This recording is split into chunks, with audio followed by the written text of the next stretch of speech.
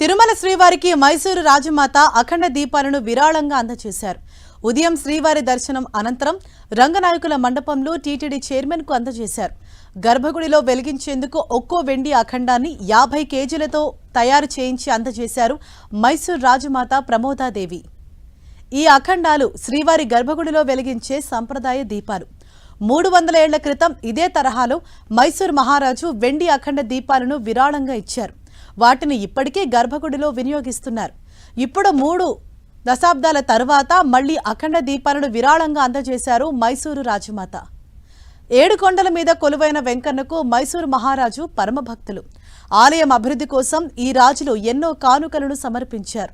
ముఖ్యంగా శ్రీవారి మూల విరాట్తో పాటు ఉత్సవమూర్తులకు బంగారు, వెండి, వజ్రాలు, కెంపులు, పచ్చలతో తయారు చేయించిన అనేక అమూల్యమైన ఆభరణాలను బహుకరించారు.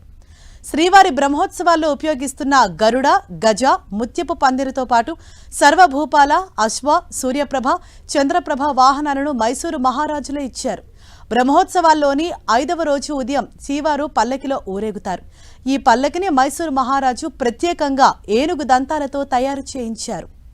శ్రీవారి బ్రహ్మోత్సవాల్లో ఉపయోగిస్తున్న గరుడ, గజ, ముత్యపు పందిరితో పాటు సర్వభూపాల, అశ్వ, సూర్యప్రభ, చంద్రప్రభ వాహనాలను మైసూరు మహారాజులే ఇచ్చారు. బ్రహ్మోత్సవాల్లోని 5వ రోజు ఉదయం శ్రీవారు పల్లకిలో ఊరేగుతారు. ఈ పల్లకిని మైసూరు మహారాజు ప్రత్యేకంగా ఏనుగు దంతాలతో తయారు చేయించారు.